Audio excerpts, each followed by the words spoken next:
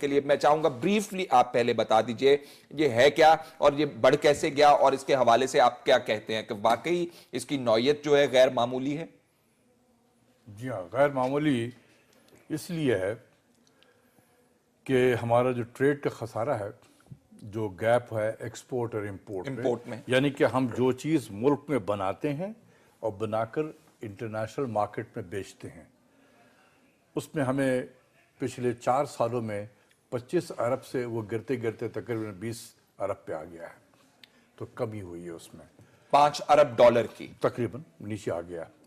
تو یعنی کہ 2 چیزیں ہو سکتی ہیں کہ یا تو ہماری انڈسٹریز اس قابل نہیں رہی کہ وہ اپنا ایکسپورٹ چیز جو بنا رہی ہے وہ انٹرنیشنل مارکیٹ میں بیچ سکے، یا ہم نے اپنے ایکسپورٹر کو اس قابل نہیں چھوڑا کہ وہ انٹرنیشنل مارکیٹ پہ کمپیٹ کر سکے اپنے جن کے ساتھ وہ مقابلہ کرتے ہیں.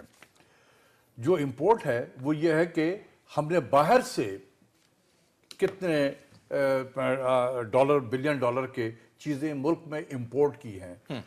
تو یہ جو گیپ ہے کہ ہم نے ملک میں بنا کر باہر بھیجا اور باہر سے امپورٹ کیا ملک میں چیزوں کے لیے، تو اس میں جو گیپ ہے یہ 32 ارب کا ہو گیا ہے.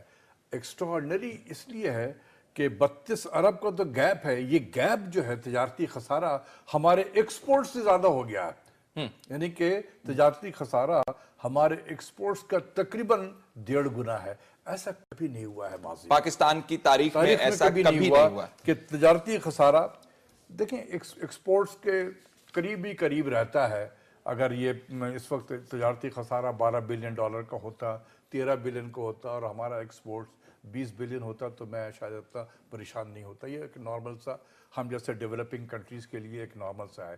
لیکن جو ایکسپورٹ ہے اس کے 1.5 گنا زیادہ تجارتی خسارہ ہو جائے، اسی پہ پھر ہم ایڈ کرتے ہیں سروسز سائٹ کے خسارے کو، تو پھر یہ جا کے کرنٹ اکاؤنٹ ڈیفیسٹ بنتا ہے.